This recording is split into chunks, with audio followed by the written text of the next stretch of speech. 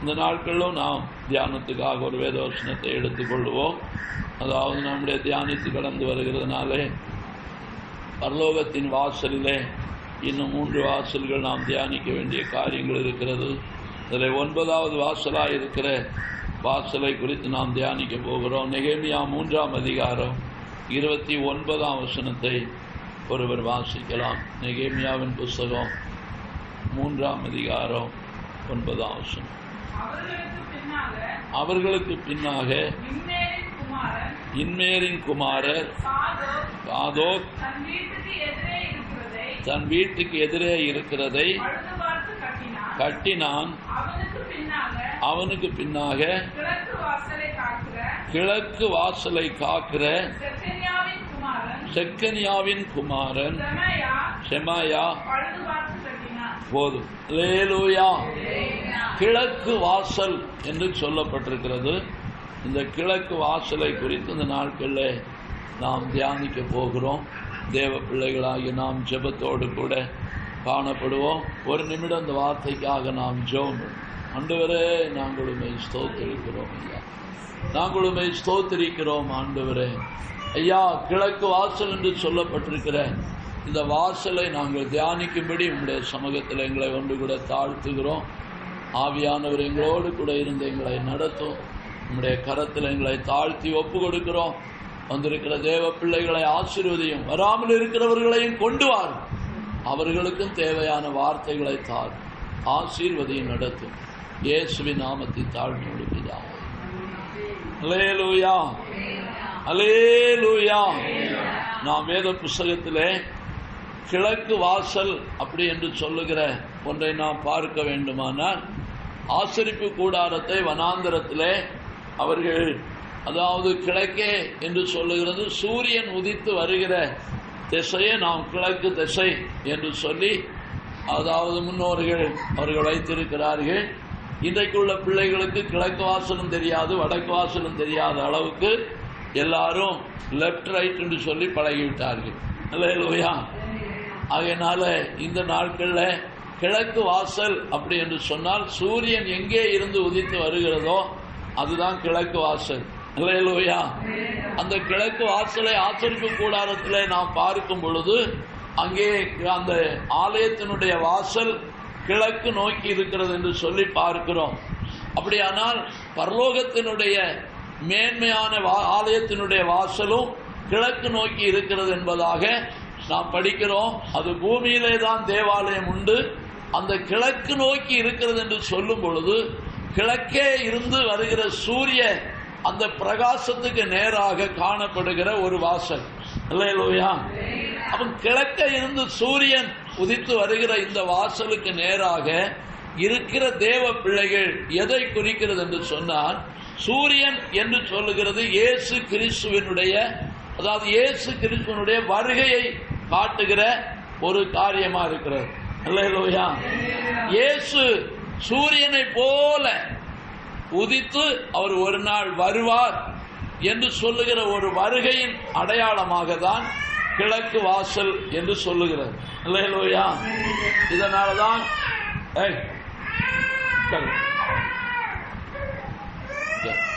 பரிசுத்தவான்கள், அதாவது மரித்து போன தேவ மக்களை அடக்கம் பண்ணும்போது அவர்களை நாம் என்ன செய்கிறோம்? இந்துக்கள் தங்களுடைய, அதாவது மரித்து போனவர்களை தெற்கும் வடக்குமாக வைத்து அவர்கள் அடக்கம் பண்ணுவார்கள். ஏனென்று சொன்னால், அதாவது செத்து போன மிருகத்தின் தலை அதாவது ஒரு மிருகத்தை ஒரு மிருகம் கடிக்கிறது என்று சொன்னால் அந்த மிருகத்தினுடைய தலை தெற்க விழுந்துட்டுன்னு சொன்னால் அந்த மிருகத்தை அந்த மிருகம் சாப்பிடாதான்.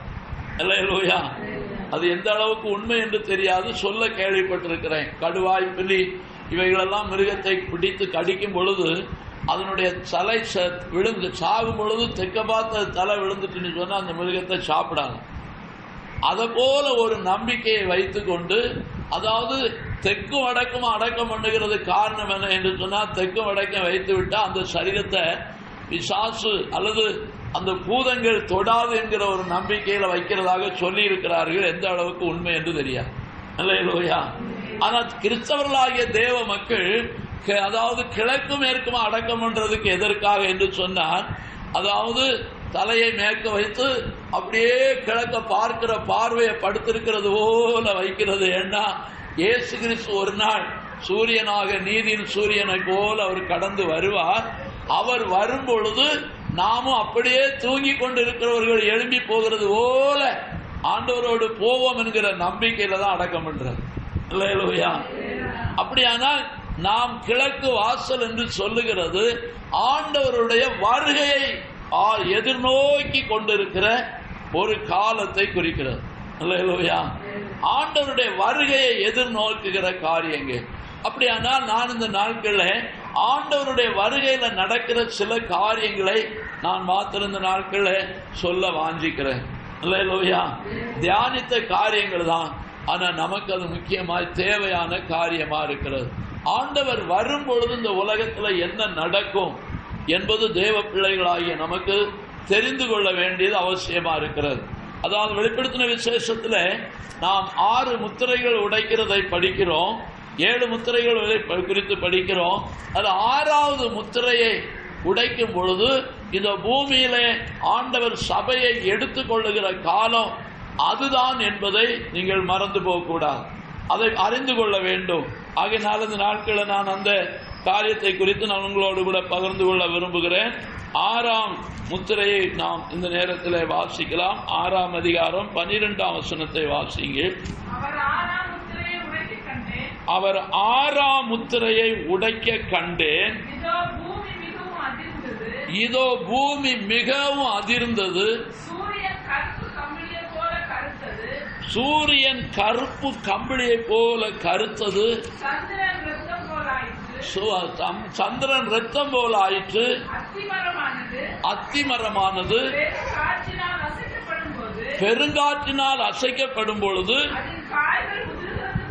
அதில் காய்கள் உதிர்கிறது போல வானத்தின் நட்சத்திரங்களும் பூமியிலே விழுந்தது. வானமும் சுருட்டப்பட்ட புஸ்தகம் போல ஆகி விலகி போயிற்று. மலைகள் தீவுகள் யாவும் தங்கள் இடங்களை விட்டு அகன்று போயின.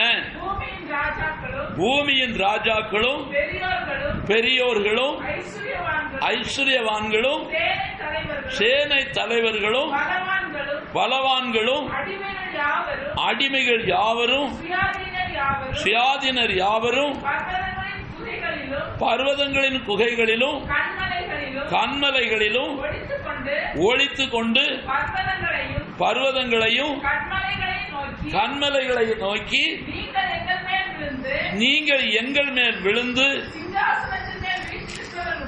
சிங்காசனத்தின் மேல் வீற்றிருக்கிறவருடைய முகத்திற்கும் ஆட்டுக்குட்டியானுடைய கோபத்திற்கும் எங்களை மறைத்துக் கொள்ளுங்கள். அவருடைய கோபாக்கினையின் மகா நாள் வந்து விட்டது. அல்லேலூயா.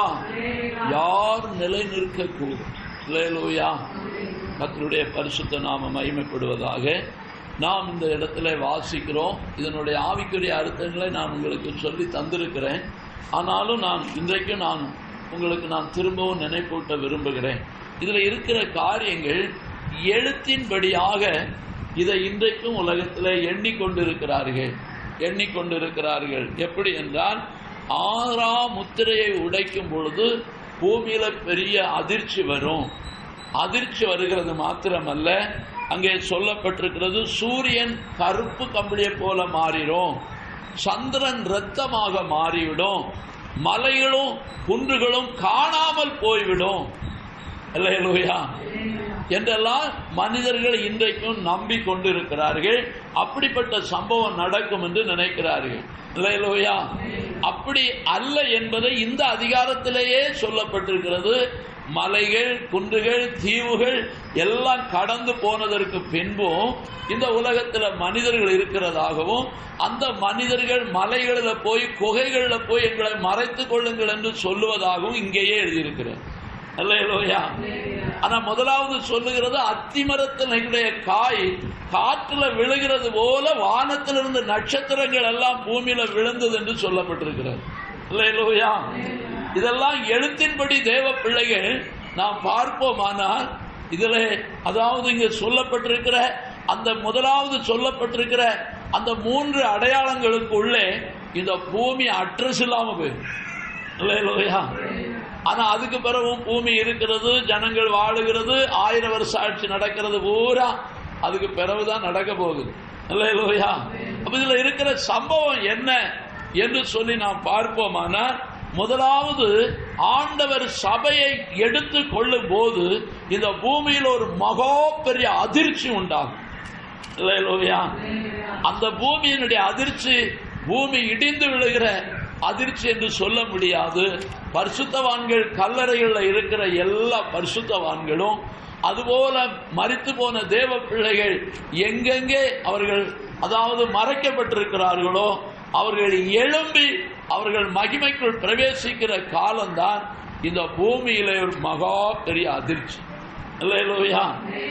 அந்த நேரம் இந்த பூமி புழுதியாக மாறக்கூடிய அளவுக்கு அந்த அதிர்ச்சி இருக்க வாய்ப்பு இருக்கிறது. ஏன்னு சொன்னா கல்லறைகள், இயேசு கிறிஸ்து கல்லறையில அதாவது சிலுவையில மரிக்கும் பொழுது பரிசுத்தவான்களுடைய கல்லறைகள்லாம் வெடித்தது, அவதெல்லாம் திறந்தது என்று சொல்லப்பட்டிருக்கிறது. அல்லேலூயா. ஆனா இயேசு கிறிஸ்து அவர் சபையை எடுத்துக்கொள்ளும் போது பரிசுத்தவான்கள் அடக்கம் பண்ணப்பட்டிருக்கிற எல்லா இடங்களும் அவைகள் என்ன செய்யும், அநேக பரிசுத்தவான்களை அடக்கம் பண்ணி அதுக்கு மேல பெரிய ஆலயங்களை கட்டி வைத்திருக்கிறார்கள். அல்லேலூயா. பெரிய கோட்டைகளை கட்டி வைத்திருக்கிறார்கள், மடங்களை கட்டி வைத்திருக்கிறார்கள். அப்படியானா பரிசுத்தவான்கள் எழும்பும் பொழுது அந்த இடங்கள் அடையாளம் காணப்பட வேண்டுமானா அங்க இருக்கிற மடங்களும் அங்க இருக்கிற ஆலயங்களும் அங்க இருக்கிற கோட்டைகளும் நொறுங்கிதான் ஆகும். அல்லேலூயா. அப்ப அது உடையத்தான் செய்யும். அது ஒரு அதிர்ச்சி. ஆனாலும் இந்த பூமி அதிர்ச்சி பெரிய அழிவுக்குரிய ஒரு அதிர்ச்சி அல்ல. ஆனா அதிர்ச்சி வரும். முதலாவது பூமி அதிர்ச்சி என்று சொல்லி இருக்கிறது. இரண்டாவது அங்க சொல்லப்பட்டிருக்கிறது சூரியன் கருப்பு கம்பளிய போல மாறிடும் சொல்லியிருக்கு. அல்லேலூயா. இந்த சூரியன் என்று சொல்லுகிறது தேவ பிள்ளைகளுடைய வாழ்க்கையில நாம் நன்றாய் புரிந்து கொள்ள வேண்டும். எழுத்தின்படியான சூரியன் அல்ல. அல்லேலூயா. ஆமா, நான் ஏற்கனவே சொல்லி இருக்கிறேன், திரும்பவும் சொல்லுகிறேன். எழுத்தின்படியான சூரியன் அல்ல, ஆவிக்குரிய சூரியன். சூரியன் என்று சொல்லுகிறது இயேசுவை காட்டுகிறது. அப்படியானா இயேசு இந்த உலகத்துக்கு வரும் பொழுது ஒரு மகா பெரிய வெளிச்சத்தை ஆண்டவர் கொண்டு வந்தார். அல்லேலூயா. அந்த வெளிச்சம் என்ன என்று சொன்னால் இந்த வேதத்தின் ரகசியங்களை அறியக்கூடிய ஒரு பிரகாசம் உள்ள வெளிச்சம். அல்லேலூயா. அதுக்கு முன்ன இருந்த ஜனங்களுக்கு, பழைய ஏற்பாட்டு ஜனங்களுக்கு இந்த வேதத்தை எத்தனை முறை எப்படி வாசித்தாலும் அதற்குள்ள இருக்கிற ரகசியத்தை அறிய முடியல. இயேசு கிறிஸ்து இந்த உலகத்துல தாவீதின் ஊரில் பெத்லகேமில தான் பிறப்பார் என்று மிக தெளிவாய் சொல்லி இருக்கிறது. ஆனா இயேசு பெத்லகேமில தான் பிறந்தார், தாவீதின் அதாவது ஊர்ல தான் பிறந்தார். ஆனாலும் அவரை கண்டுகொள்ள முடியல. இயேசு எவ்வளவோ சொல்லுகிறார், நான் தான் அவர், நான் தான் அவர், நான் தான் அந்த தேவகுமாரன் என்று சொன்ன பின்பும் அவரை அறிகிற கண்கள் அவர்களுக்கு வரவில்லை. அல்லேலூயா. தீர்க்க தரிசனங்களை படித்தார்கள், எல்லாம் வைத்தார்கள், ஆனால் ஒன்றையும் தெளிவுபட அவர்கள் காணவே முடியவில்லை. அதனால்தான் பவுல் சொல்லும் பொழுது பின்னால நமக்கு வெளிப்பட்டது போல் அவர்களுக்கு வெளிப்பாடு கிடையாது. அல்லேலூயா. அப்ப ஆண்டவரை வேத வசனத்தை படிக்கிற அறிவு இருந்தது, ஆனா வேத வசனத்தை வெளிச்சத்தை அவர்கள் காணக்கூடிய ஒரு வெளிச்சம் அவர்களுக்கு இல்லை. அந்த நாட்களில் இயேசுவின் காலத்தில் இஸ்ரவேல் ஜனங்கள் 2 பிரிவாக காணப்படுகிறார்கள். ஒரு பிரிவு பரிசேயர், ஒரு பிரிவு சதுசேயர். 2 பேரும் யூதன் தான், 2 பேரும் இஸ்ரவேலன் தான், 2 பேருக்கும் ஆசாரியம் ஒருவன் தான். அல்லேலூயா. அதுல ஒரு கூட்டத்தார் சொல்றாங்க உயிர்த்தெழுதல் உண்டுங்கிறான், ஒரு கூட்டத்தார் சொல்றான் உயிர்த்தெழுதல் இல்லை என்று சொல்லுகிறான். ஆனா 2 கூட்டத்துக்கு ஆசாரியம் ஒருவன் தான். அந்த ஆசாரியன் அந்த ஜனத்துக்கு கூட என்ன செய்ய முடியல.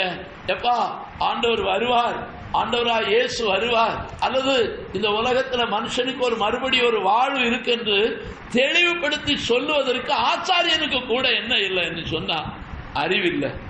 அல்லேலூயா. அந்த அறிவு என்று சொல்லுகிறது தான் இந்த சூரிய ஒளி. அல்லேலூயா.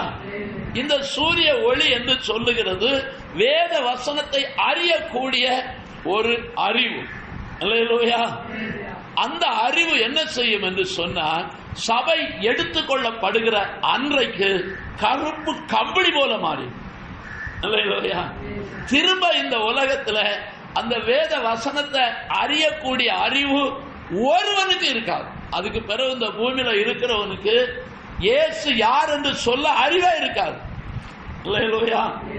ஆமா, இன்றைக்கும் பாருங்க, இன்றைக்கு அந்திகிறிஸ்துவின் ஆவியினாலே உலகம் நிரப்பப்பட்டு வருகிறது. உலகம் நிரப்பப்பட்டு வருகிறது. ஆனா அது வெளிப்படுவதுதான் சபை எடுத்துக்கொண்ட பின்பு. ஆனா இன்றைக்கு அந்திகிறிஸ்துவின் ஆவி, அதாவது அநேக தேவ மக்களுடைய உள்ளத்தை நிரப்பி வேத வசனத்தின் வெளிச்சத்தை விட்டு எங்கேயாவது அடையாளம் கிடைக்குமா, எங்கேயாவது தரிசனம் கிடைக்குமா, எங்கேயாவது தீர்க்க தரிசனம் கிடைக்குமான்னு அநேக ஊழியர்கள் அலைகிறார்கள். ஆண்டவரை அறிகிற அறிவு இல்லை. ஏன் இல்ல? நடத்துகிற ஆவி அந்திகிறிஸ்துவின் ஆவியா இருப்பதனாலே அவன் என்ன செய்கிறான்? வேதத்தை உற்று கவனிக்கதை விட்டு அப்படியே தூர பார்வை, அதாவது வெளிப்பார்வையாக பார்க்கிற ஒரு அனுபவத்தில் அறிவுபூர்வமாக நடத்துகிறான். அறிவுபூர்வமாக நடக்கிறான். அறிவு, சொந்த அறிவுல தேடுகிறார்கள். வேத வசனத்தை உற்று கவனிக்க இடமில்லாததுனால அவர்களுக்கு அந்த வெளிச்சம் இல்லை. அப்படியானால் சபை எடுத்துக்கொள்ளப்படும் பொழுது வேதத்தை அறிகிற அறிவு முழுவதும் அகன்று போகும். இல்லையா? இன்னைக்கு நம்மளை போல போட்டிக்காரங்க நிறைய பேர் இருக்கிறாங்க. அவர்களுக்கு மட்டும்தான் சூரிய வெளிச்சம் இருக்கிறது. இல்லையா? அவர்களுக்கு இயேசு இந்த உலகத்தை எப்படி வந்தால் இருளில் இருக்கிற ஜனங்கள் பெரிய வெளிச்சத்தை கண்டார்கள். மரண இருளில் இருக்கிற ஜனங்களுக்கு வெளிச்சம் உதித்தது.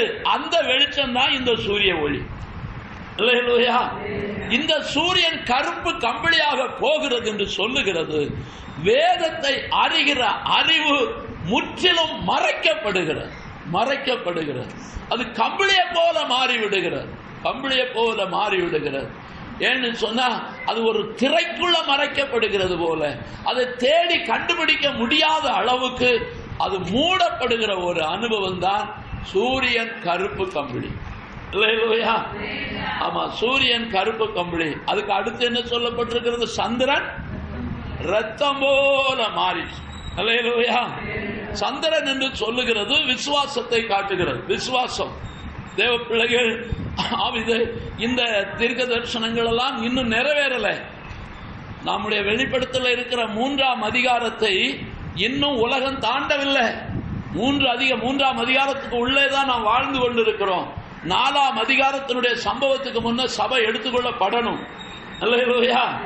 அப்படியானா இந்த உலகத்துல இன்னும் சபை எடுத்துக்கொள்ளப்படவில்லை. இந்த உலகத்துல சபை இருந்து கொண்டு இருக்கிறது. இங்க சொல்லப்பட்டிருக்கிறது விசுவாசமாகிய சந்திரன் என்ன செய்யப்படுகிறது என்று சொன்னால் இரத்தமாக மாறுகிறது என்று சொல்லுகிறது. இல்லையா? இயேசு சொன்னார், நான் வரும்பொழுது விசுவாசத்தை, ஆமா, காண்பாரோனா காண்பேனோ என்று அவரே சொல்லக்கூடிய அளவுக்கு விசுவாசம் என்பது இன்றைக்கு தேவ மக்களுடைய உள்ளங்களை விட்டு என்ன செய்ய பிடுங்கப்படுகிறது. இல்லையா? ஆமா, பிடுங்கப்படுகிறது.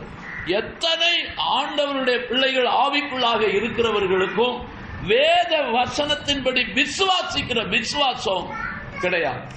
இல்லையா? ஏன் கிடையாது என்று சொன்னால் விசுவாசம் பாவமாக மாறுகிறது. ஏன்? ஒரு மனுஷன் விசுவாசத்துல மரித்து போனா 4 பேர் கேலி பண்ணுவாங்க. இல்லையா? அப்ப 4 பேர் என்ன செய்வாங்க? கேலி பண்ணுவாங்க. அதனால என்ன செய்யணும்? நான் ஆஸ்பத்திரிக்கு போகணும், அதனால நான் பரிகாரியை தேடணும், அதனால நான் என்ன செய்யணும்? நான் அதை செய்யணும். அப்படி என்று சொல்லுகிற ஒரு அனுபவத்தில் விசுவாசத்தை மாற்றுப்படுத்தி அதை பாவமாக எண்ணுகிறார்கள். அதான் ஆண்டவர் சொல்லுகிறார், சந்திரன் இரத்தமாக மாறி போய்விடும். சந்திரன் இரத்தமாக விசுவாசம் என்ன பாவமாக மாறி போய்விடும். பாவமாக மாறி போய்விடும் என்று சொல்லி பார்க்கிறோம். ஒரு வசனத்தை கூட வாசிக்கலாம். ஏசாயா தீர்க்கதரிசியின் புஸ்தகம் 1ஆம் அதிகாரம் 18ஆம் வசனத்தை வாசிங்கள். வழக்காடுவோம் வாருங்கள் என்று கர்த்தர் சொல்லுகிறார். உங்கள் பாவங்கள் செவ்வேர் என்று இருந்தாலும் உறைந்த மழையை போல் வெண்மையாகும். அது இரத்தாம்பர சிகப்பா இருந்தாலும் பஞ்சை போல் ஆகும். அல்லேலூயா, அல்லேலூயா. அப்படியானால் இந்த வெளிப்படுத்தல் 6ஆம் அதிகாரத்தில் 12ஆம் வசனத்தில் சொல்லப்படுகிற சூரியன் என்று சொல்லுகிறது இயேசுவை அறிகிற அறிவு சபை எடுத்துக்கொள்ளப்பட்ட உடனே இல்லாமல் போயிடும். அல்லேலூயா. சூரியன் கருப்பாகிறது என்று சொல்லுகிறது இயேசுவை அறிகிற அறிவு இல்லாமல் போயிடும். இரண்டாவது, விசுவாசம் என்ன செய்கிறது? சந்திரன் என்ன செய்ய ரத்தமாய் மாறுகிறது. அப்படியானால் இங்கே சொல்லப்படுகிறது இயேசு கிறிஸ்து வருகிறதுக்கு முன்னால நாம செய்த பாவங்கள், நம்முடைய அக்கிரமங்கள், அல்லது இன்றைக்கும் மனுஷனுடைய பாவம் எப்படி இருக்கிறது? ரத்தாம்பரம் போல சிவப்பா இருக்கிறது. அல்லேலூயா. இந்த ரத்தாம்பரம் போல சிவப்பா இருக்கிற மனுக்குலத்தின் பாவத்தை அவருடைய இரத்தத்தினாலே அது வெண்பஞ்சை போல மாற்றுகிறார். அல்லேலூயா. இப்பொழுது சபை எடுத்துக்கொள்ளப்பட்ட உடனே திரும்பவும் இந்த உலகமானது, மனுக்குலத்தின் பாவமானது இரத்தாம்பரம் போல சிவப்பாக மாறுகிறது. அல்லேலூயா. விசுவாசம் இல்லாமல் போகிறது. விசுவாசம் அதான் சந்திரன் ரத்தமாக மாறும். அல்லேலூயா.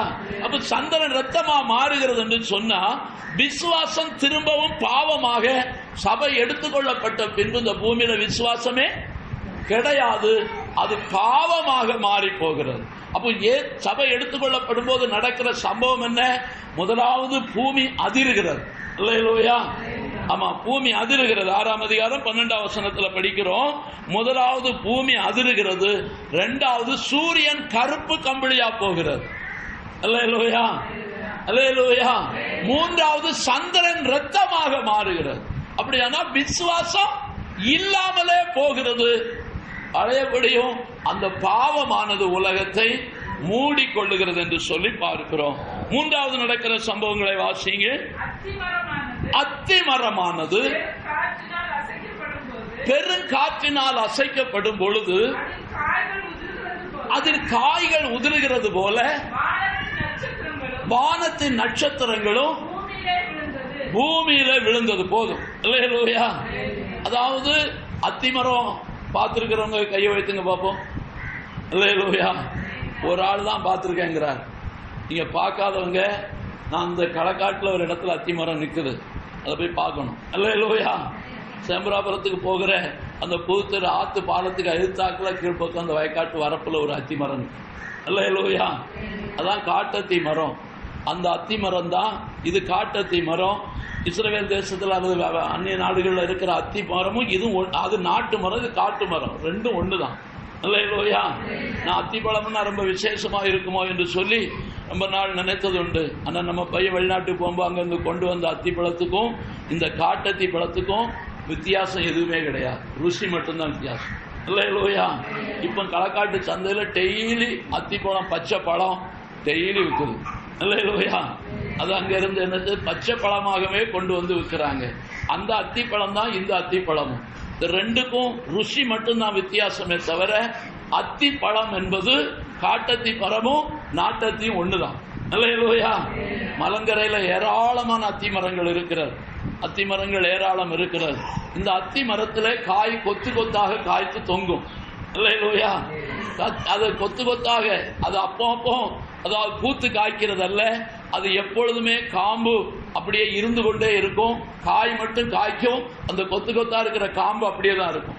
அதுல என்ன செய்யும்? பழம் விழுந்து ஒரு சில நாளுக்குள்ள திரும்ப அதுல அப்படியே பூக்காமலே காய் பிடிக்கும். அல்லேலூயா. அந்த காய் பிடித்து பழுக்கும். அது ஒரு காலம் ஓய்வு இருக்காது. ஒண்ணு காயா பிஞ்சியா இருக்கும், காயா இருக்கும், பழமா இருக்கும். ஒரு நாளும் ஓய்வு இருக்காது. அதனால்தான் இயேசு கிறிஸ்து வரும் பொழுது அத்தி மரத்தை பார்த்தாரு, இலையை தவிர வேற ஒன்னையும். அல்லேலூயா. அப்போ இலையை தவிர அத்தி மரத்துல ஓய்வு இருக்கிறதுக்கு வாய்ப்பே கிடையாது. காய்க்கிற மரம் ஒரு நாளும் ஓய்வு இருக்காது. அத்தி மரம் ஓய்வு இல்லாத ஒரு மரம். அதனால்தான் ஆண்டவர் சபித்து போட்டார். அல்லேலூயா.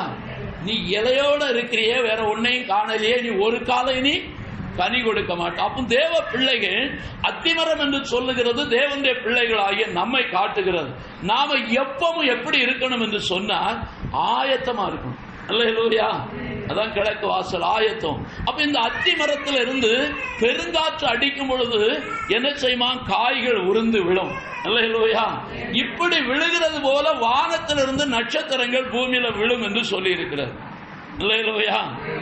இதை உலகத்துல, அதாவது இந்த நட்சத்திரங்கள் எழுத்தின்படியான நட்சத்திரங்கள் என்று சொல்லி சிலர் எண்ணுகிறார்கள். அல்லேலூயா. எழுத்தின்படியான நட்சத்திரத்தினுடைய காரியங்களை என்னை விட நீங்கள் அதிகமாக படித்திருக்க முடியும். நான் பரிசுத்தவான்களுடைய வார்த்தைகளை வைத்துதான் கண்டிருக்கிறேன்.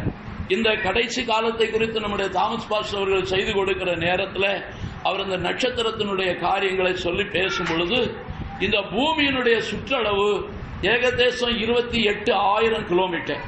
அல்லேலூயா.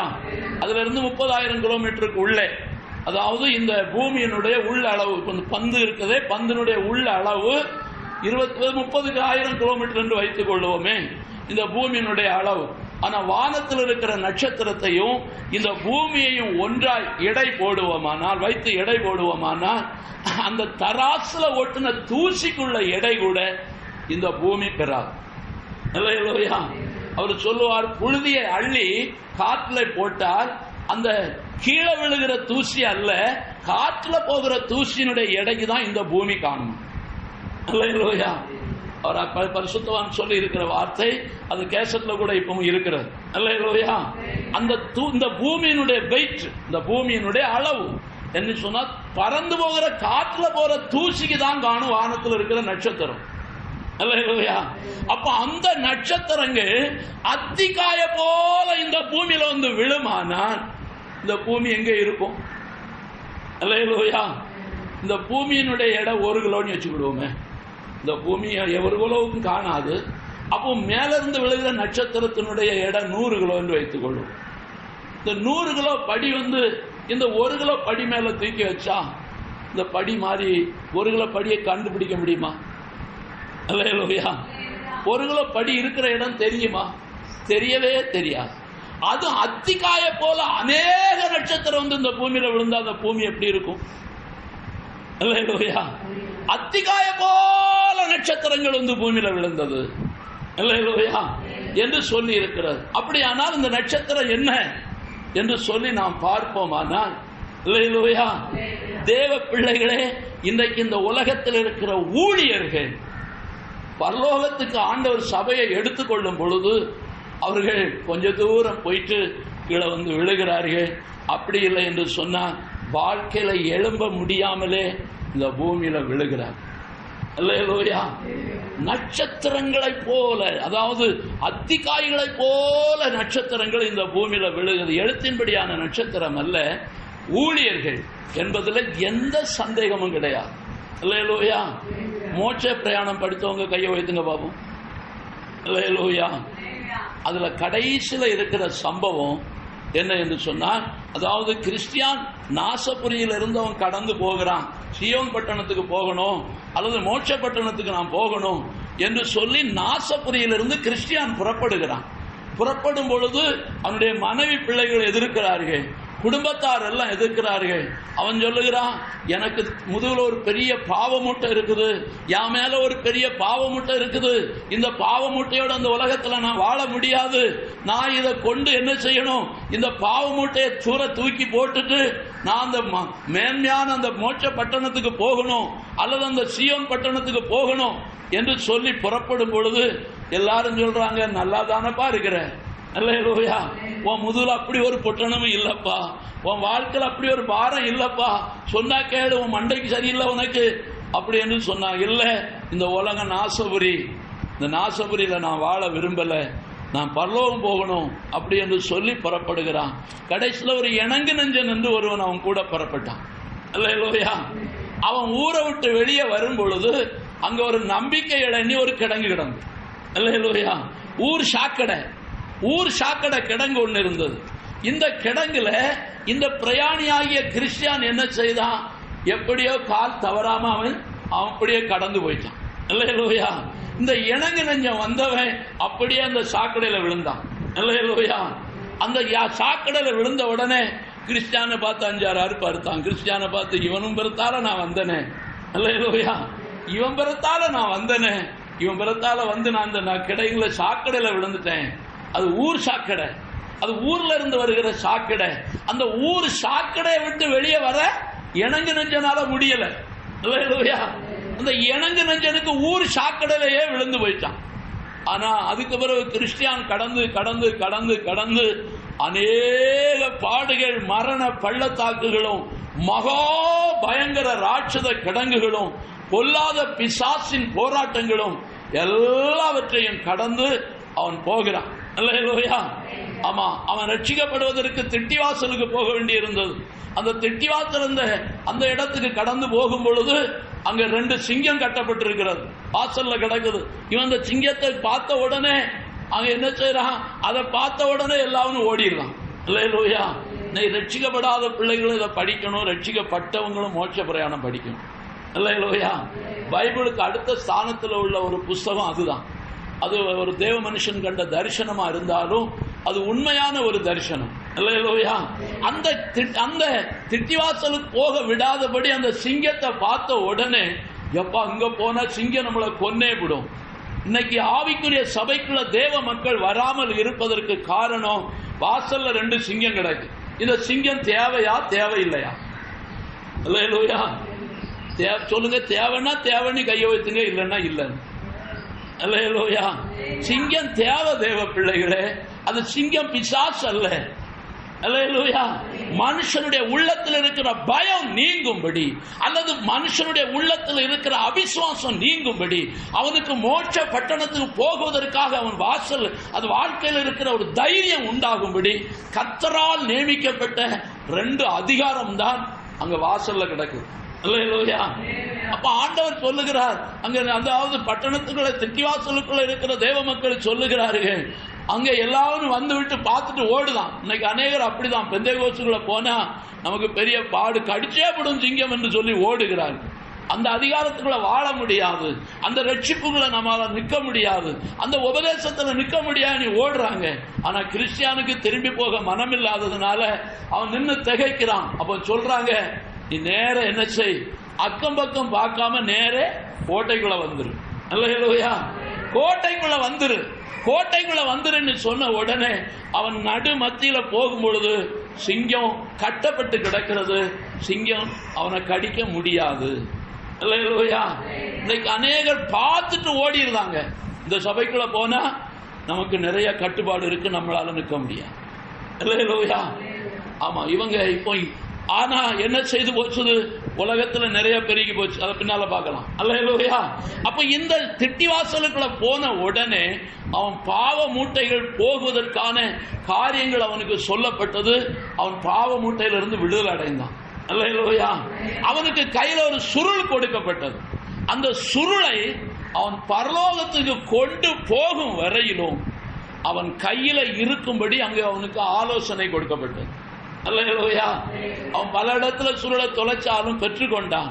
கடைசியாக அந்த மோட்ச பிரயாணியினுடைய கடைசி நேரத்தில், மரண நேரத்தில் என்ன செய்தார்கள், அங்கே நதியை தாண்ட வேண்டியதா இருந்தது. மரண யோர்தான் என்று சொல்லுகிற மரண யோர்தானை தாண்ட வேண்டி இருந்தது. இந்த கிறிஸ்டியான் இந்த ஆற்றுக்குள்ள இறங்குகிறான்.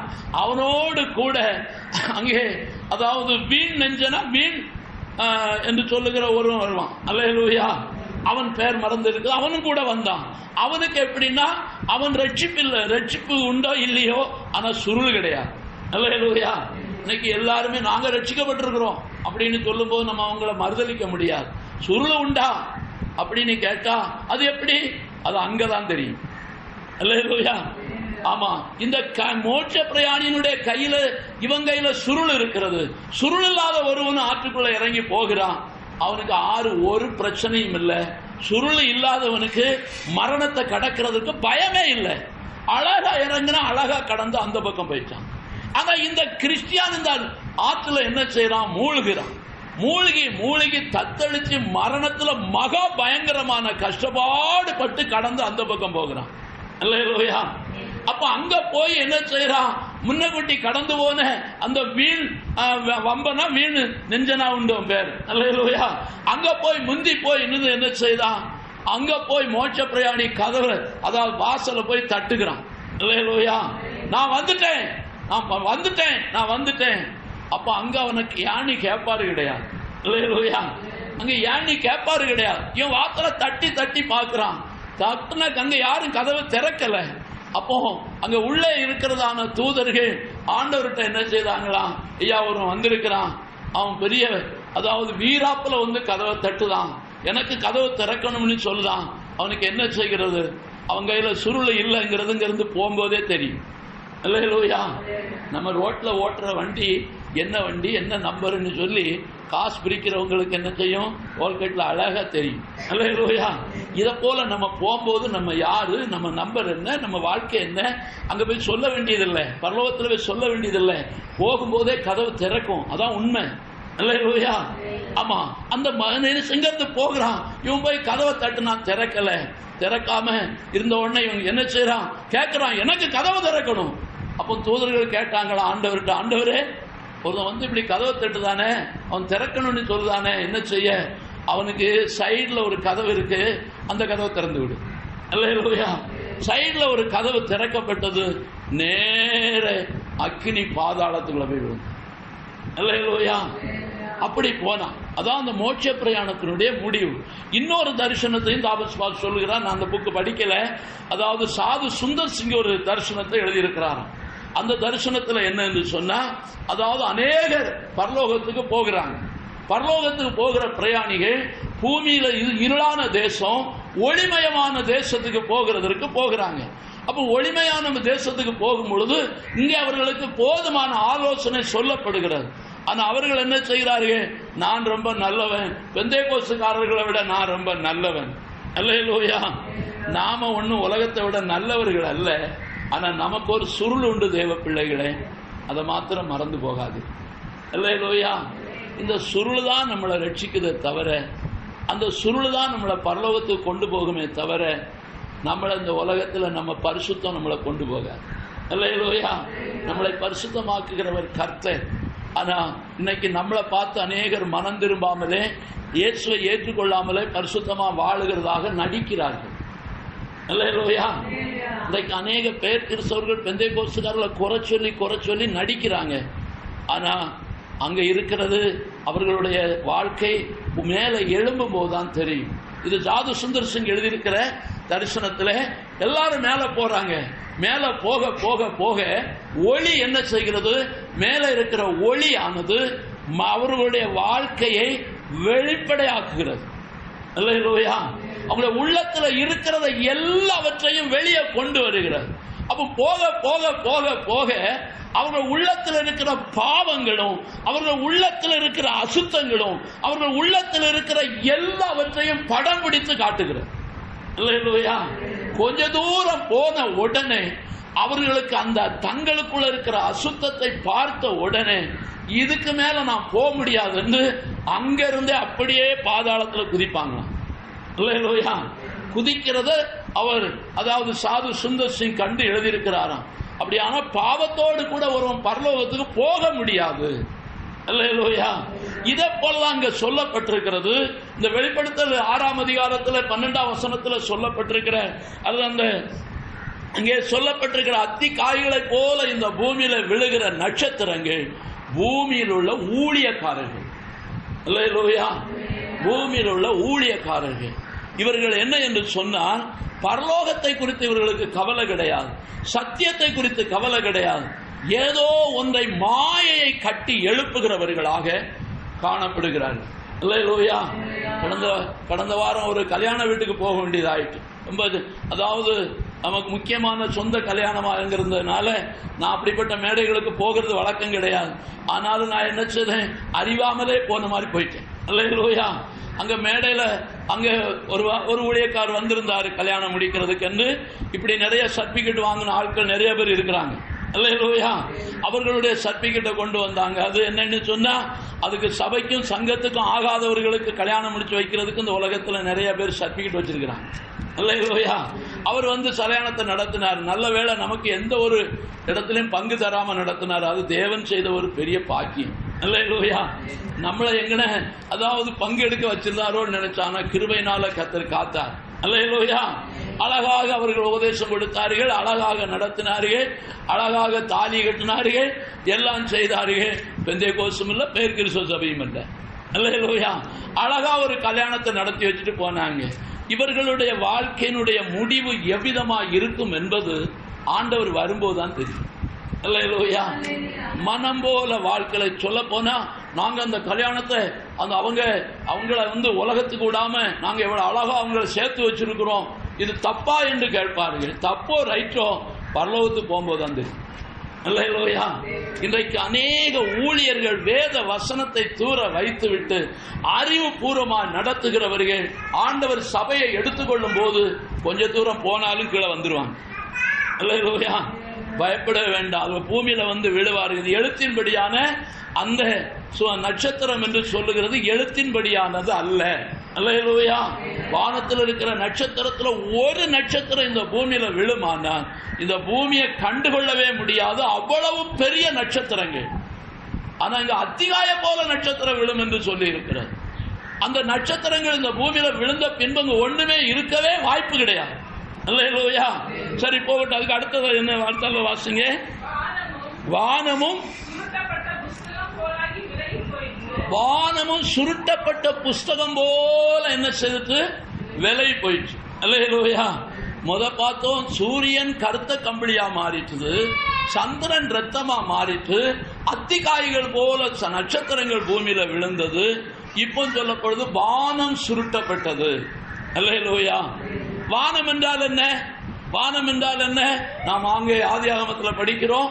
அங்கே 2வது நாள் அங்கே சொல்லப்பட்டிருக்கிற அந்த சிருஷ்டிப்புல 2வது நாள் சொல்லப்பட்டிருக்கிறது. மேலே இருக்கிற ஜலத்திற்கும் கீழே இருக்கிற ஜலத்திற்கும் அவர் பிரிவு உண்டாக்கினார். அந்த வசனத்தை வாசிங்க. 1ஆம் அதிகாரம். கீழே இருக்கிற ஜலம் ஓரிடத்தில் சேரவும். 6ஆம் வசனத்தை வாசிங்க.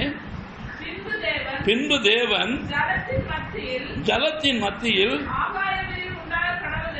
என்றும்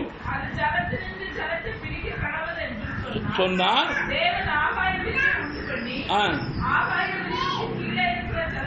கீழே இருக்கிற ஜலத்திற்கும் பிரிவு உண்டாக்கினார். அது அப்படி ஆயிற்று. அல்லேலூயா. தேவன் ஆகாய விரிவுக்கு வானம் என்று பெயரிட்டார். அல்லேலூயா. அதாவது ஆண்டவர் இந்த பூமி ஜலத்துக்குள்ள இருந்து பிரித்து எடுக்கப்பட்டது. பூமியிலையும் ஜலம் இருக்கிறது, மேலையும் ஜலம் இருக்கிறது. அந்த தண்ணீருக்கு மத்தியில இருக்கிறதற்கு பேர் தான் ஆகாய விரிவு. அல்லேலூயா. அதற்கு பேர் தான் வானம். அல்லேலூயா. வானம் என்று சொன்னால் அதாவது இந்த பூமிக்கு மேலே இருக்கிற ஒரு பாதுகாவல்.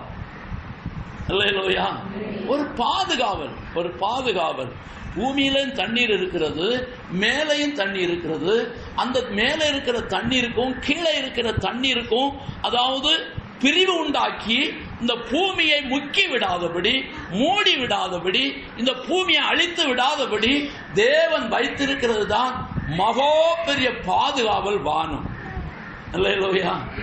அல்லேலூயா.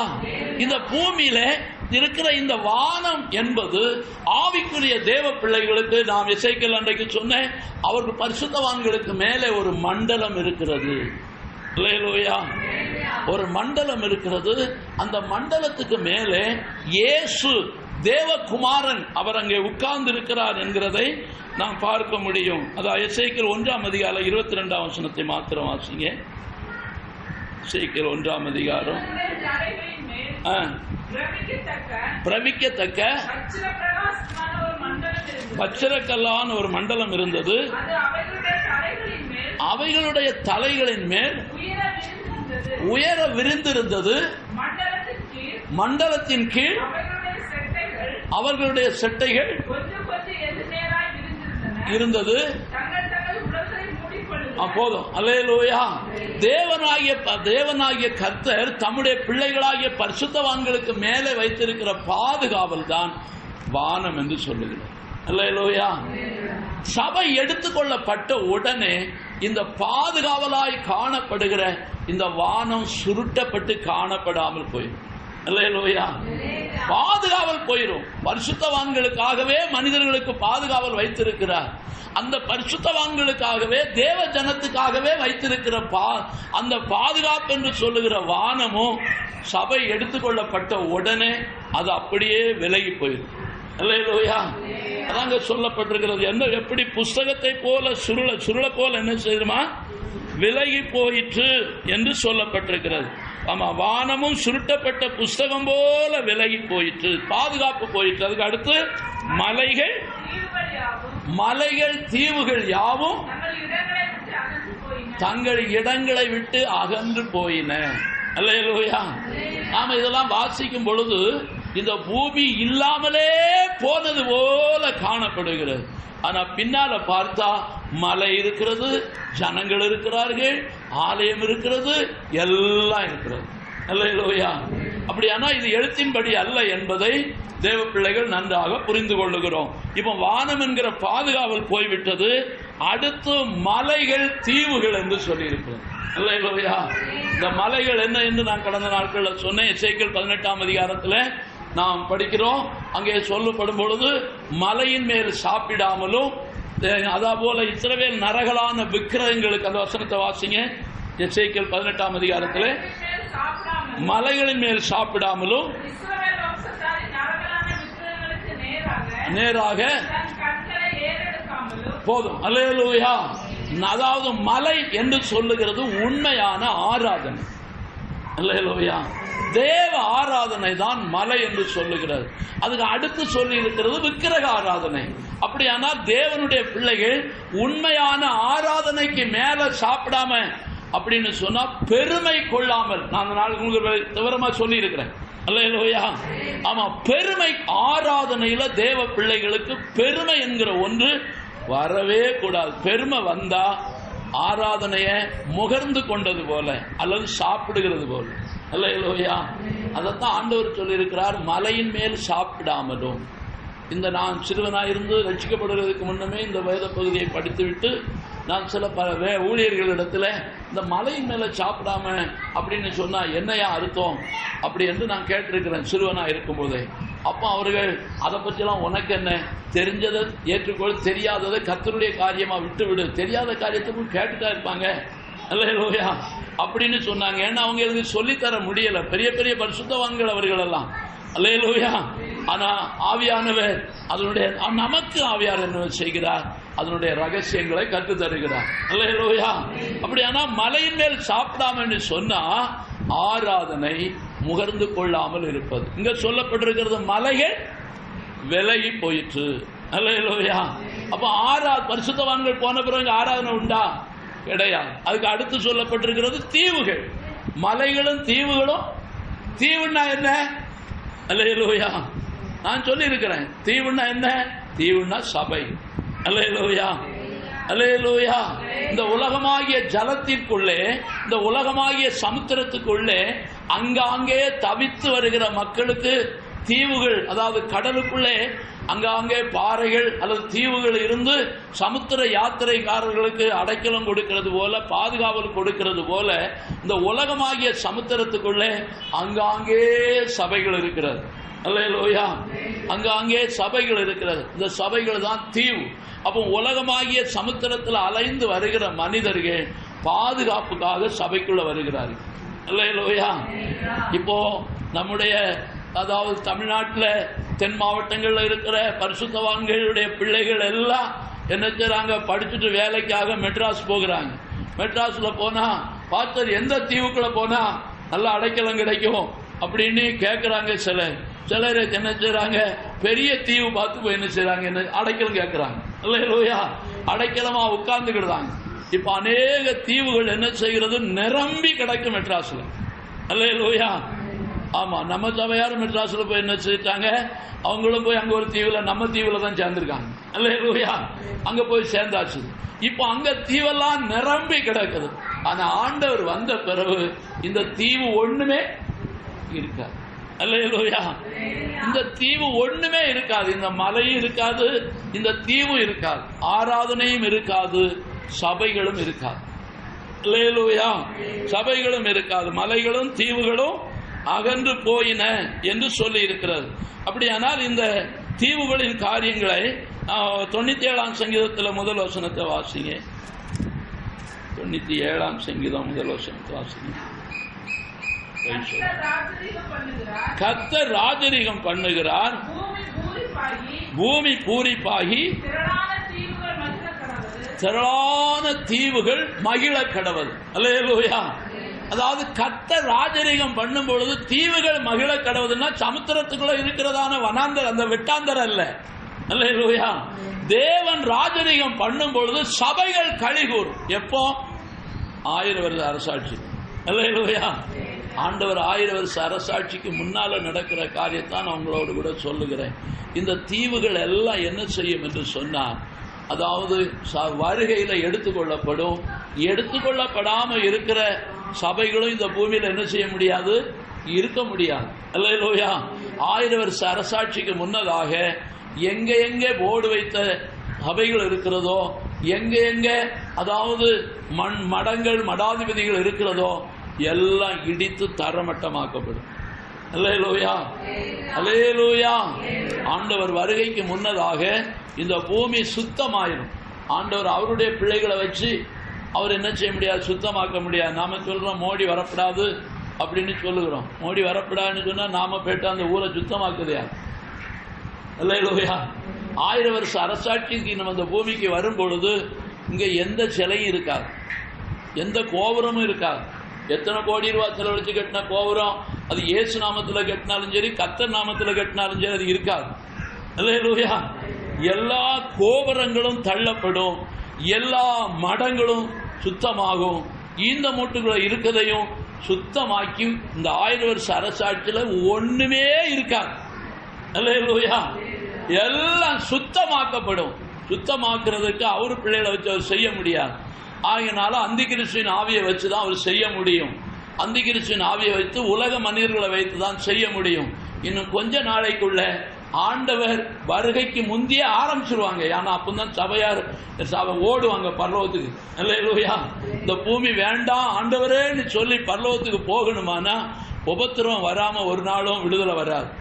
அல்லேலூயா. இன்னைக்கு சுகபோகமா வாழுகிறவர்களை பார்த்து ஆவிக்குரியவங்களுக்கு தன்னால பிளவினம் வருது. அல்லேலூயா. ஆமா, அவங்க சுகபோகமா வாழ்றாங்க, நம்மளால வாழ முடியல, நம்ம இப்படி இருக்கிறோமே, நமக்கு ஒண்ணு இல்லையே எனக்கு பிளவினம் வருகிறது. ஆனா ஆண்டவர் சபைக்குள்ள உபத்திரம் வரும்பொழுதுதான் பலம் உண்டாகும். அல்லேலூயா. உபத்திரம் வரும்பொழுதுதான் ஆண்டவர் சொல்லுவார், இவைகளெல்லாம் நடக்கும் பொழுது தலைகளை நிமிர்த்து நடவுங்கள், அப்பந்தான் நான் யார், இது யூதா சிங்கம். அல்லேலூயா. சூலமித்தியா சொன்னது போல என் நேசர். அன்னைக்கு தான், அது வரல நேசரை பத்தி தெரியாது. அல்லேலூயா. ஆமா, உபத்திரம் வருதுன்னா தான், அல்லது ஆண்டவர் யாருன்னு கேட்டாதான் தெரியும் நமக்கு யாருன்னு. அல்லேலூயா. அதனால தேவ பிள்ளைகளை, ஆண்டவர் சீக்கிரம் வரப்போகிறார் என்பதை நீங்கள் மறந்து போகவே கூடாது. இதெல்லாம் இன்னும் நடக்கல. நிறைய பேர் பிரசங்கி மாதிரி இதெல்லாம் நடந்து முடிஞ்ச காரியங்களாக நீங்க பிரசங்களை கேட்டா நம்பாதிருங்க. வெளிப்படுத்தல 3ஆம் அதிகாரத்தை உலகம் இன்னும் கடக்கல. அல்லேலூயா. அதுக்கு பிறகு இருக்கிற சம்பவத்துக்கு முன்ன சபை எடுத்துக்கொள்ளப்படணும். 3 அதிகாரத்துக்கு உள்ளதான் இன்றைக்கு வாழ்ந்து கொண்டு இருக்கிறது. 4ஆம் அதிகாரத்துக்கு வரும்பொழுது சபை பரலோகம் போகணும். அல்லேலூயா. அதைத்தான் நான் கடந்த நாள்ல சொன்னது. பரலோகத்தில் இருக்கிற ஜீவன்களுக்கு 6 சிறை என்று சொல்லுகிறது. இயேசுவை போல அறிவுள்ளவர்கள். அல்லேலூயா. இயேசுவை போல தான் யோவான் சொன்னது போல நாம இப்ப இப்படி இருக்கிறோம், இன்னும் எப்படி இருப்போம் என்பது வெளிப்படாவிட்டாலும் அவரை போல இருப்போம்னு சொல்லியிருக்கு. அல்லேலூயா. அப்படியானா ஆண்டவருடைய பிள்ளைகள் சபை இந்த உலகத்தை விட்டு போகும் பொழுது நடக்கிற சம்பவங்களை நான் உங்களுக்கு சொல்லிக் கொண்டிருக்கிறேன். தீவுகள் யாவும் அகன்று போயின. அதுக்கு அடுத்து தொடர்ந்து பூமியின் ராஜாக்களும் பெரியோர்களும் ஐஸ்வர்யவான்களும் சேனை தலைவர்களும் பலவான்களும் அடிமைகள் யாவரும் சுயாதீனர் யாவரும் பர்வதங்களின் குகைகளிலும் கண்மலைகளிலும் ஒளித்து கொண்டு நோக்கி எங்கள் மேல் விழுந்து போதும். அல்லேலூயா. இங்க சொல்லப்பட்டிருக்கிறது கைவிடப்பட்ட, அதாவது இந்த உலகத்தில் இருக்கிற ராஜாக்கள் அல்லது அங்கே உள்ள ஐஸ்வர்யவான்கள், அறிவு உள்ளவர்கள், சுயாதீன எல்லாரும் என்ன செய்யறாங்க? இங்க முன்ன சொல்லி இருக்கிறது மலைகளும் போயிட்டது, பர்வதங்கள் அதாவது தீவுகளும் போயிட்டு, எல்லாம் போயிட்டு வானத்திலிருந்து நட்சத்திரம் பூரா பூமியில விழுந்துட்டுன்னு தான் சொல்லியிருக்கு. அல்லேலூயா. ஆனா இப்ப சொல்லுகிறது பூமியில இருக்கிற மனிதர்கள் எல்லாரும் மலைகளையும் குகைகளையும் அடைக்கலமாக தேடுகிறார்கள். அல்லேலூயா. ஆமா, கடந்த நாள்ல அதாவது மலைகள்ல குகைகளை அடைக்கலத்துக்காக ஆயத்தப்படுத்தி வைத்திருக்கிறதை ஒரு தேவ மனுஷன் படமாக போட்டு எல்லாரும் காட்டிக்கிட்டு அலைஞ்சார். அல்லேலூயா. ஆமா, என்ன செய்யறாங்க? இந்தியா தேசம் முதல் எல்லா தேசத்திலேயும் பாதுகாப்புக்காக மலைகளை குகைகளை மலையை குகையாக்கி அந்த குகைக்குள்ளே போய் அடைக்கலம் புகுந்து கொள்வதற்காக, ஏன் இந்த பெந்தேகோஸ்துக்காரங்க சொல்றது போல இந்த உலகத்துக்கு ஒரு முடிவு வந்தா நாங்கெல்லாம் அந்த குகைக்குள்ள போய் இருந்துக்கிடுவோம் அப்படின்னு சொல்லி என்ன செய்கிறார்கள்? மலையை குகையை அவர்களுக்கு அடைக்கலமாக்கி கொண்டிருக்கிறார்கள். அல்லேலூயா. அமெரிக்கா மற்றும் வளர்ந்த நாடுகளிலே அந்த குகைக்கு உள்ளேயே லைட் வெளிச்சத்தில், அதாவது மின்சார விளக்கு வெளிச்சத்தில் அங்கே விவசாயம் நடக்குது. அல்லேலூயா. ஏன்னு சொன்னா சூரிய வெளிச்சம் பெந்தேகோஸ்துக்காரங்க பிரசங்கத்தை நம்புறாங்களோ இல்லையோ, ஆனா வசனத்துல இப்படி இருக்கு, எல்லாம் போயிரும், நாம கொஞ்ச காலம் இந்த குகைக்குள்ள போய் என்ன செய்யணும்? நம்ம அந்த வெளிச்சத்துல விளைகிற விவசாயத்தை வச்சு பிழைத்து கொள்ளணும்னு இப்பொழுதே மலையினுடைய குகைகளை அவர்கள் ஆயத்தப்படுத்தி மலைக்குள்ளே மின்சார விளக்கின் மூலமாக விவசாயம் விளைய வைத்து அவர்கள் இப்பவுமே ஆயத்தப்படுத்தி கொண்டிருக்கிறார்கள். அல்லேலூயா. இதெல்லாம் எதுக்குன்னு சொன்னா, வேதத்துல சொல்லி இருக்கிறது போல உலகத்துக்கு முடிவு வரப்போகிறது என்பது அவர்களுக்கு நல்லா தெரியும். அல்லேலூயா. நாம பரலோகத்துக்கு போகணுங்க ஆசை இல்லை, ஆனா குகைக்குள்ள வாழணுங்க ஆசை இருக்கு. அல்லேலூயா. நம்ம ஆண்டவர் குகைக்குள்ள போனா விட்டுருவாரா?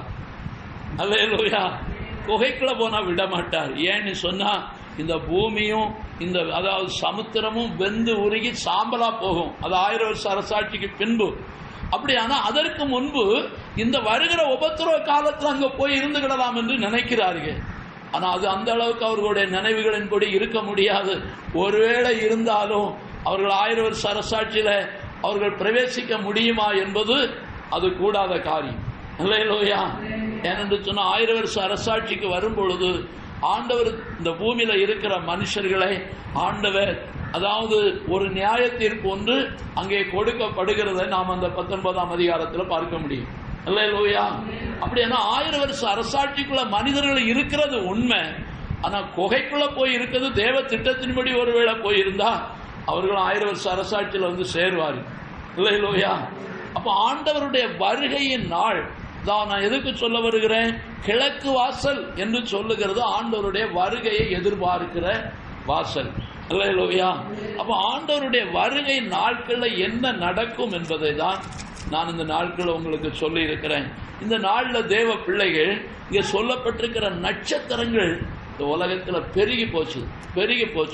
நாம் இதுல அந்த 5ஆம் முத்திரையை கொஞ்சம் வாசிங்க. வெளிப்படுத்தல் 6ஆம் அதிகாரத்துல அந்த 5ஆம் முத்திரையை வாசிங்க. 4ஆம் முத்திரை வாசிங்க. 4ஆம் முத்திரையை உடைத்த போது 4ஆம் ஜீவனானது கேட்டேன். நான் பார்த்தபோது மங்கின நிறமுள்ள ஒரு குதிரையை கண்டேன். அதற்கு மேலே ஏறி இருந்தவனுக்கு மரணம் என்று பெயர். பாதாளம் அவன் பின் சென்றது. பட்டயத்தினாலும் பஞ்சத்தினாலும் சாவினாலும் பூமியின் துஷ்ட மிருகங்களினாலும் பூமியில் கார் பங்கு உள்ளவர்களை கொலை செய்யும்படியான அதிகாரம். அல்லேலூயா. இந்த 4ஆம் முத்திரை மங்குன குதிரை என்று சொல்லி பார்க்கிறோம். அவனுக்கு பேரே மரணம். இந்த உலகத்துல ரட்சிக்கப்படாம சத்தியத்தை கையில எடுத்துக்கொள்ளாம ஊழியம் செய்கிறவர்களுக்கு பேர் மரணம்.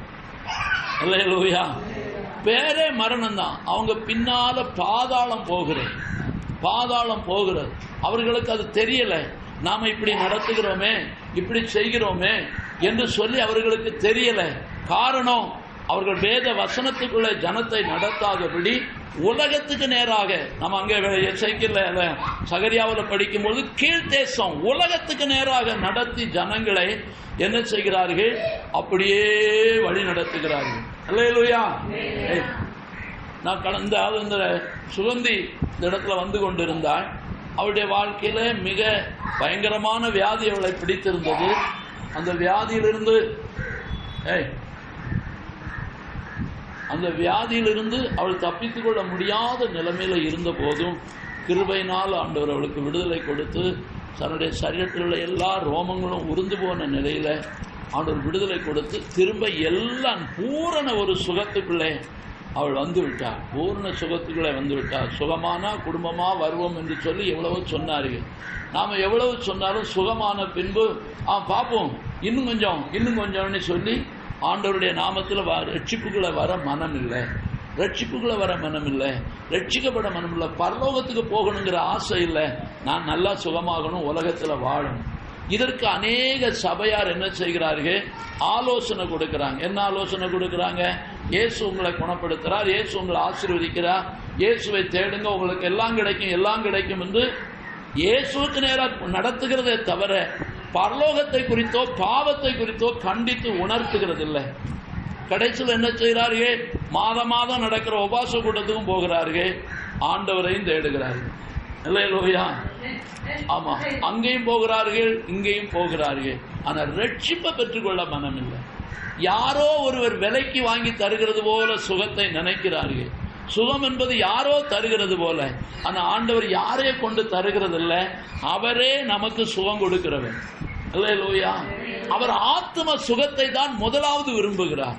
முதலாவது தேவனுடைய ராஜ்யத்தை நீதியின் தேடுங்கள், அப்பொழுது இவைகளெல்லாம் கூட கொடுக்கப்படும்.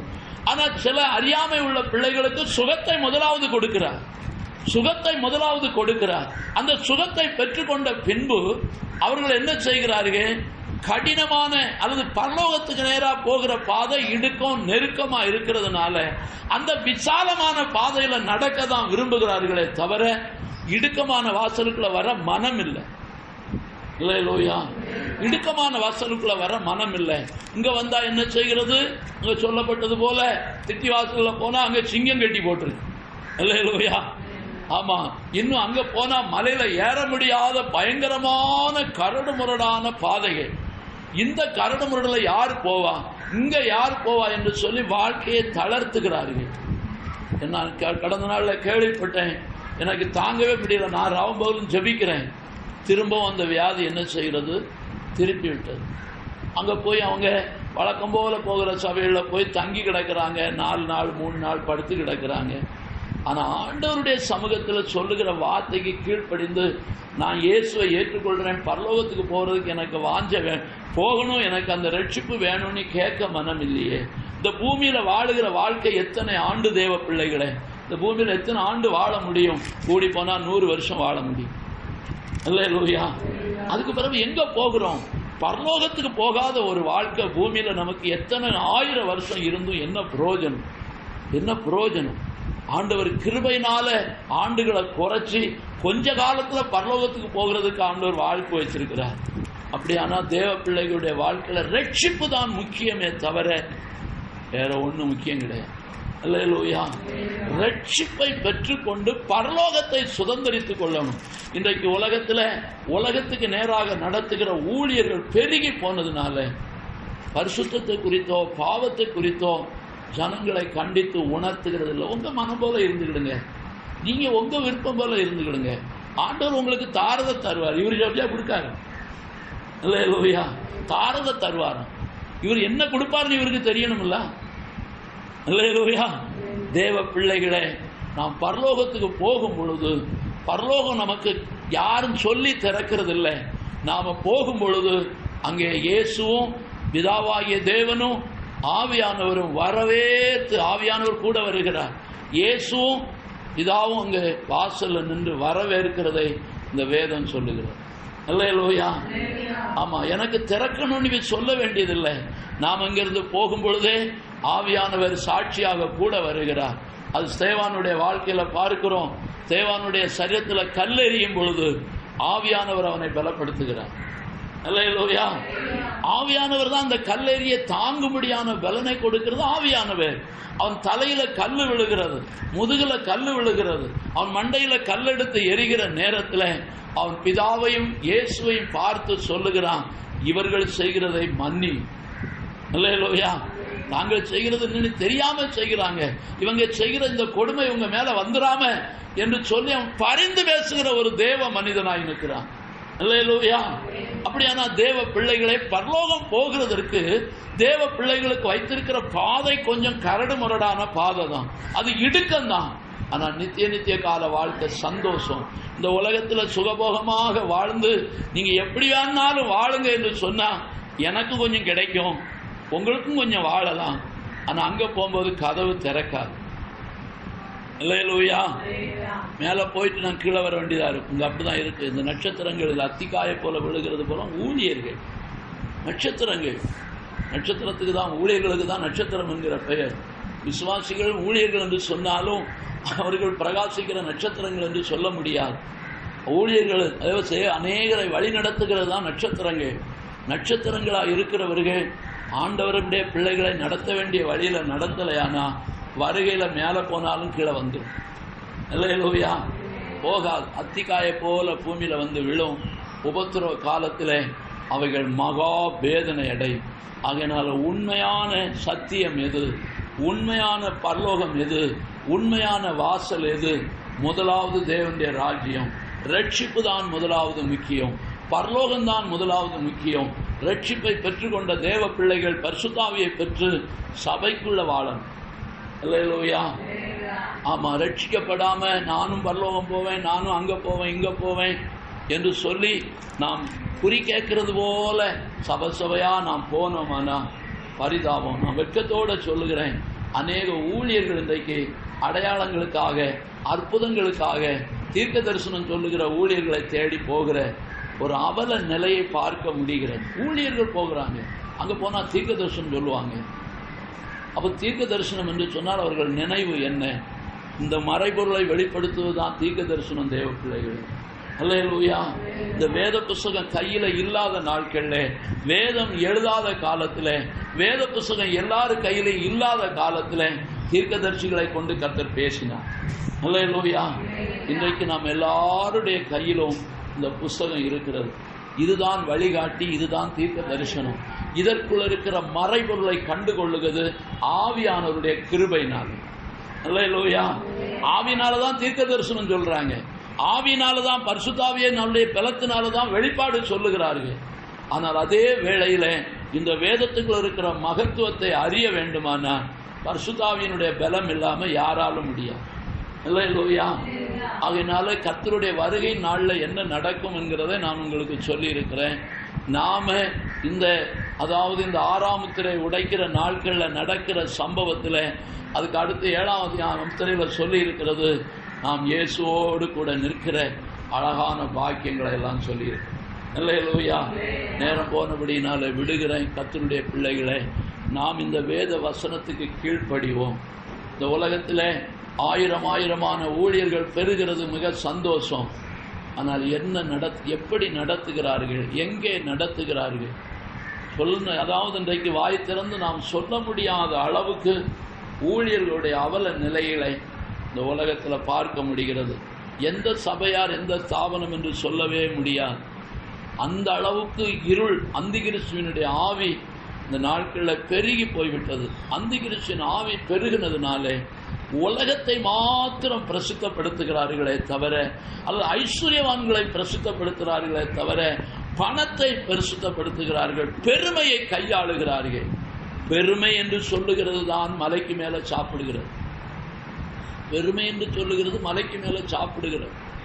அதே வேளையில் நாம் தேவனுடைய பிள்ளைகளாக இருக்கிற நாம், ஆண்டவருடைய பிள்ளைகளாக இருக்கிற நம்முடைய வாழ்க்கையில் அவருக்கு பிரியமாக இருக்கலையானா மேலே போனாலும் கீழே வந்து. அல்லேலூயா. அந்த அவல நிலை தேவ பிள்ளைகளுடைய வாழ்க்கையில் வராதபடி வேதத்தின் சத்தியத்துக்கு கீழ்ப்படிந்து முதலாவது தேவனுடைய ராஜ்யத்தை தேடுவோம். இன்னைக்கு பரலோகத்தை குறித்து கொஞ்சம் கண்டிஷனாக சொன்ன உடனே ஓடி போய் விடுகிறார்கள். வர மறுக்கிறார்கள். கண்டா தோத்திரம் கூட போட மாட்டேங்கிறாங்க. காரணம் என்ன? அல்லேலூயா. கயிறு கட்டி இருக்கிறவரை ஐயா என்று கும்பிடுகிறாங்க. ஆனால் சிப்பா போட்டவரை பிரசங்கியார் வர, பிரசங்கியார்னு ஒன்றுமே வேண்டாம், சகோதரர் வருகிறார்னு சொன்னால் அது போதும். அல்லேலூயா. ஆமாம், அது போதும், அது போதும். ஏன்னு சொன்னால் இயேசுவே நம்மளை சகோதரன்னு சொல்லியிருக்கும் பொழுது நமக்கு இந்த பதவி பட்டங்கள் தேவையே கிடையாது. இந்த பதவியும் பட்டமும் தேவை. ஏன்னா ஜனங்களுடைய மதிப்பை அப்படி தேடுகிறார்கள். நமக்கு மதிப்பு மரியாதையும் நமக்கு தேவையில்லை. அந்த ஆண்டவர் வரும்பொழுது பரலோகம் போகணும். எல்லாரும் கண்களை மூடுவோம். நம்முடைய வாழ்க்கையில் இந்த 6ஆம் முத்திரையை அல்லது இந்த 7 முத்திரைகளையும் நீங்கள் திரும்ப திரும்ப படித்து பார்ப்பீர்களானால் உங்களுக்கு அங்கே விசேஷித்த வெளிப்பாடான காரியங்களை கர்த்தர் வைத்திருக்கிறார். இது பூமியில் நடக்க போகிற காரியத்தை ஆவியானவர் முன்னமே எடுத்து காட்டியிருக்கிறார். அவர் காட்டியிருக்கிறார். அப்படியானால் தேவ பிள்ளைகளே, நாம் மங்குன குதிரைகளினுடைய நடத்தலுக்குள்ளே இருக்கக்கூடாது. மங்குன குதிரைகளுடைய நடத்தப்படுவோமானால் அந்த மங்குன குதிரைகள் அல்லது பூமிக்கு நேராய் நடத்துகிறவர்கள் பரலோகத்துக்கு போக முடியாது. அவர்கள் அத்திகாய போல கீழே வந்து விடுவார்கள். அத்திகாய போல கீழே வந்து விடுவார்கள். ஆனா வெள்ளை குதிரையை பின்பற்றுவோமானால் அங்கே 19ஆம் அதிகாரத்தில் கடைசியில் சொல்லி இருக்கிறது, வெள்ளை குதிரையின் மேல் ஏறி அப்படியே 1000 வருஷ அரசாட்சிக்கு வருவார்கள் என்று சொல்லப்பட்டிருக்கிறது. அப்படியானா தேவ பிள்ளைகளே, நாம் யாரை பின்பற்ற வேண்டும்? இயேசுவை அறிக்கையிடுகிற, இயேசுவே கிறிஸ்து என்று அறிக்கையிடுகிற, இயேசுவே தேவனுடைய குமாரன் என்று அறிக்கையிடுகிற, இயேசுவே பாடுகளின் வழியாக ரட்சிக்கிறவர் என்று சொல்லுகிற, அவரை அடையாளப்படுத்துகிற ஊழியர்களை தெரிந்து கொள்ளுங்கள். அவரை பின்பற்றுங்கள். உலகத்துக்கு நேராக நடத்துகிறவர்களை பின்பற்றுவோமானால் கடைசி நாட்களில் ஆண்டவர் வரும் பொழுது நாம் பரலோகம் போகுவது எவ்வளவு கடினம் என்பதை வேதம் சொல்லுகிறது. நான் யாரையும் குறித்து சொல்லவில்லை, யாரையும் குறித்து நான் சொல்லவில்லை. இந்த உலகத்தில் நல்லார் பொல்லார் ஒருவரையும் காண முடியாது. ஆனால் நீதிமான் கர்த்தருடைய கையில் இருக்கிறார்கள். நீதிமான் கர்த்தருடைய கையில் இருக்கிறான் என்று பிரசங்கி 9ஆம் அதிகாரம் சொல்லுகிறது. தமக்கு முன் இருக்கிறவர்களை கொண்டு விருப்பையும் வெறுப்பையும் அறியோம். ஆனால் நீதிமான் கர்த்தருடைய கையில் இருக்கிறான். நீதிமான். ஹல்லேலூயா, ஹல்லேலூயா.